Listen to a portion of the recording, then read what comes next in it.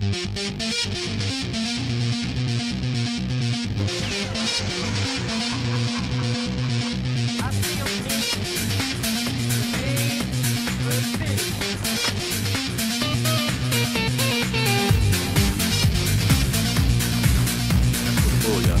the horn.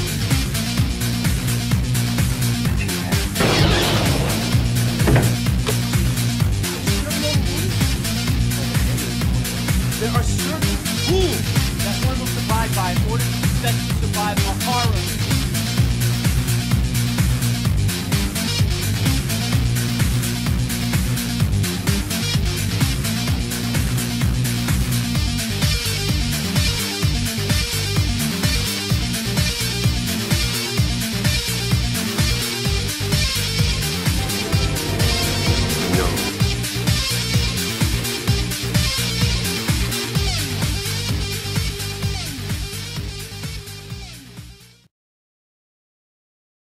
You mess with the bull, you get the horns.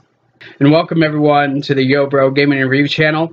This is another retro movie review, and today we're doing one of my favorite movies. It's a John Hughes movie, The Breakfast Club, the Brat Pack.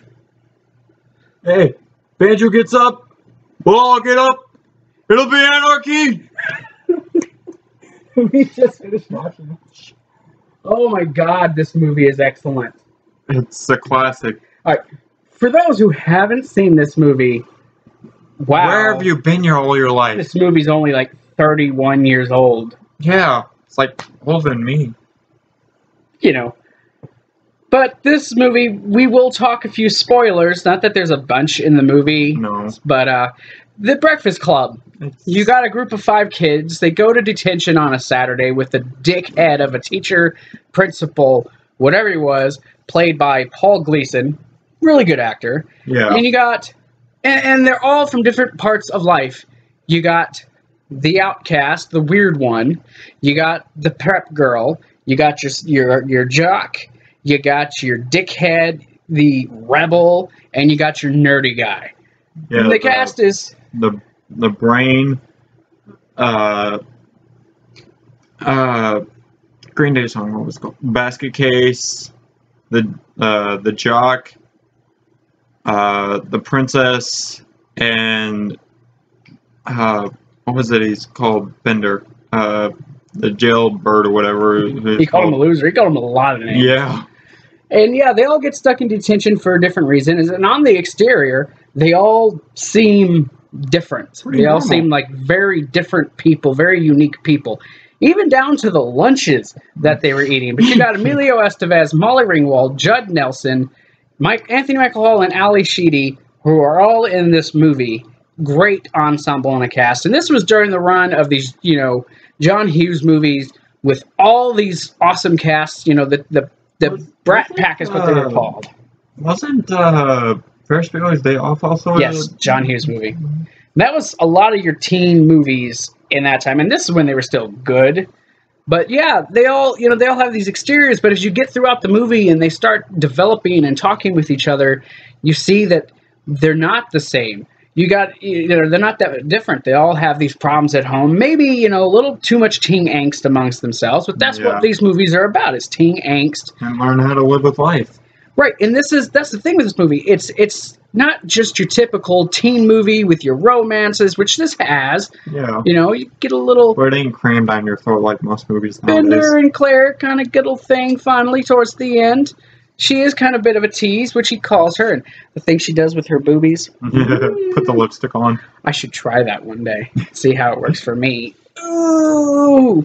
But anyways, yeah, I mean, this movie is so good, and as old as it is, it still stands the test of time from watching it.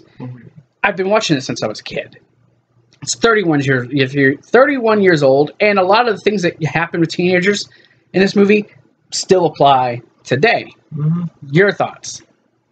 I love this movie to today. I mean, I forget who showed it to me, but I'm like, this movie's hilarious. It's funny. It's got some bad parts. There's people that you love, personally, my favorite has always and will always be John Bender. Oh my Just God, the stuff Bender. that he says is hilarious. Yeah, and you know, every movie, it does have its bad parts. I want to go over the bad parts first because there's not a lot. Let's start with this one scene when they just finished smoking, and he's talking with Allison, freaking Andrew is. That's Emilio Estevez's character. Yeah. He's talking, he's like, you know, because she just dumped out her purse, and, you know, she's realized that she's a pathological liar, and she's a klepto, and he's like, you know, I didn't dump my problems out on a couch for everyone to see. What's wrong? Is it bad? Is it your parents? She's like, yeah.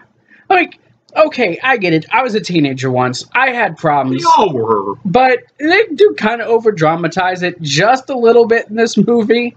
Just a little. But when you get to the heart of it, it's not that bad.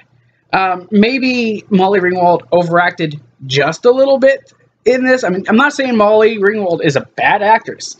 She's an amazing actress. I don't know how old she is now, but I would really, really want to see her come back in another role.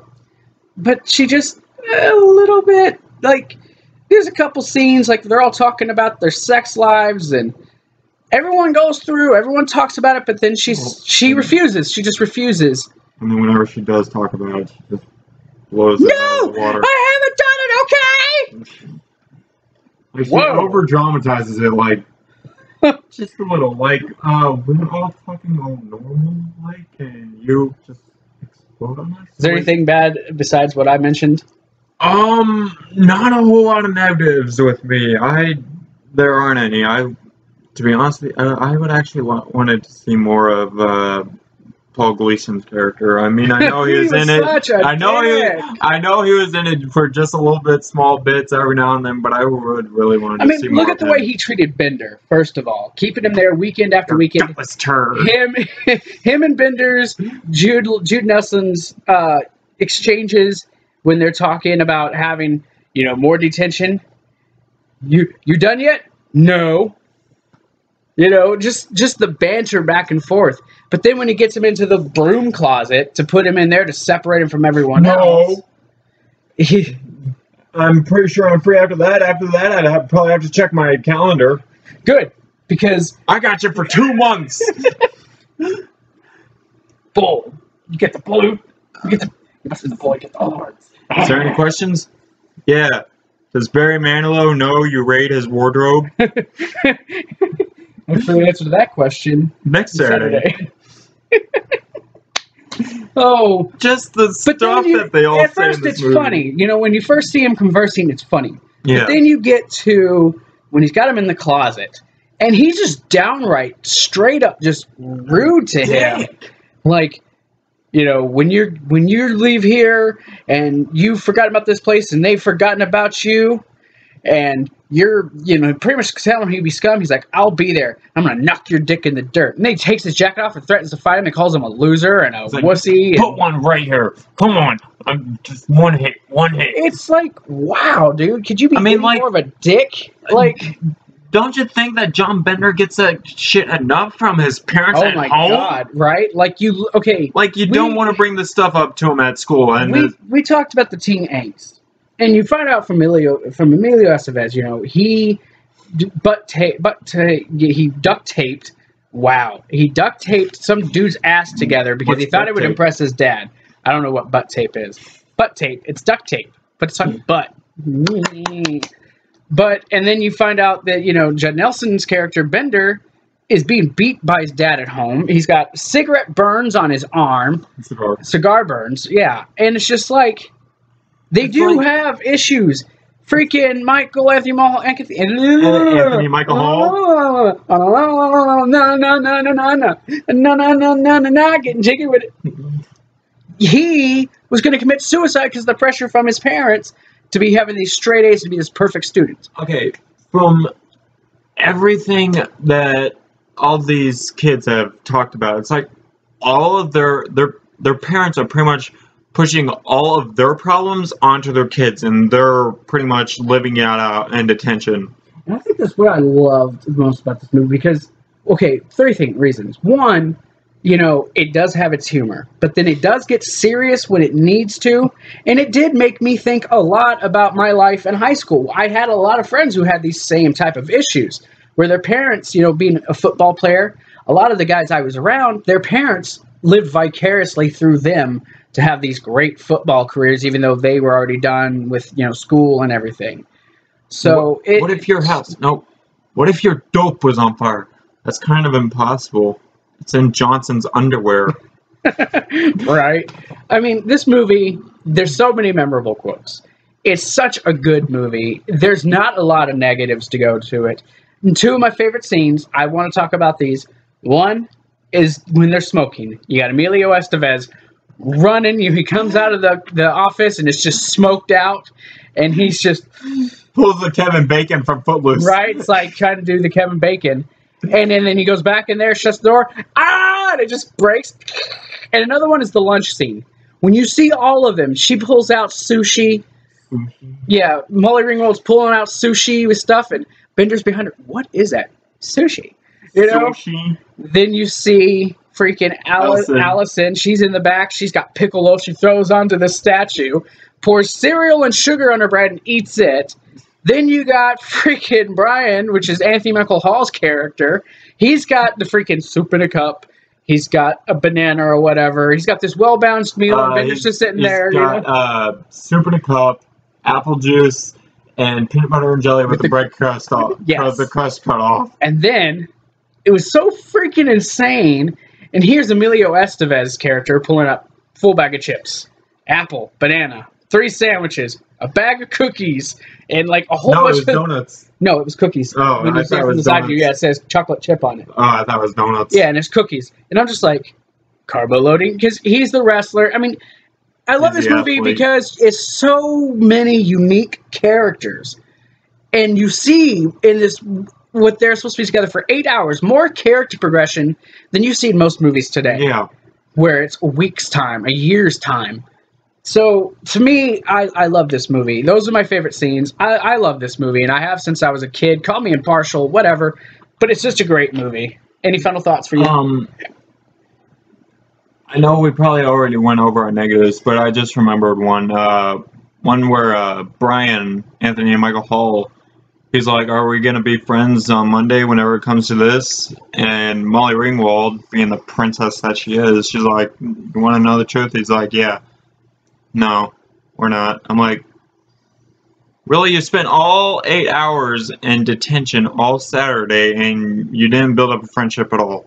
I call BS on that. Yeah, that is, but you got to kind of think that is probably what is true.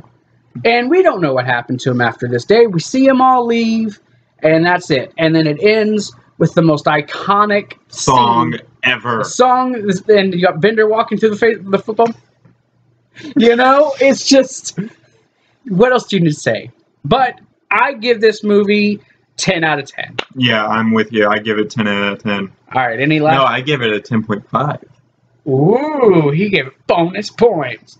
But this movie, it hits a soft spot in my heart. If you can relate to this movie, no matter how old you are, what age you grew up in, I mean, we all went through this. If you're going through high school, like any of the teenagers today, if you're going through high school and you watch this movie, I guarantee you there's at least one or more characters that you can relate to. I totally recommend this movie if you've not seen it. Mm-hmm. So, I'm Zach. I'm Wayne. We're from the Yo Bro Gaming and Review channel. If you like this video, hit that like button. And if you want to follow us on social media, see more reviews, follow us on all our social media. All that information is down below. Thank you guys for watching, and adios.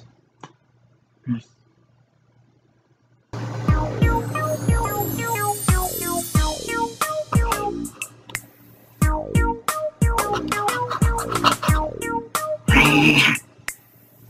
My name's Roman Reigns.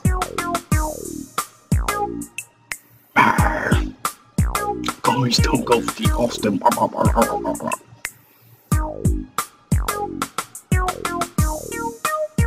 have 27 seconds of life left. Save me! Save me!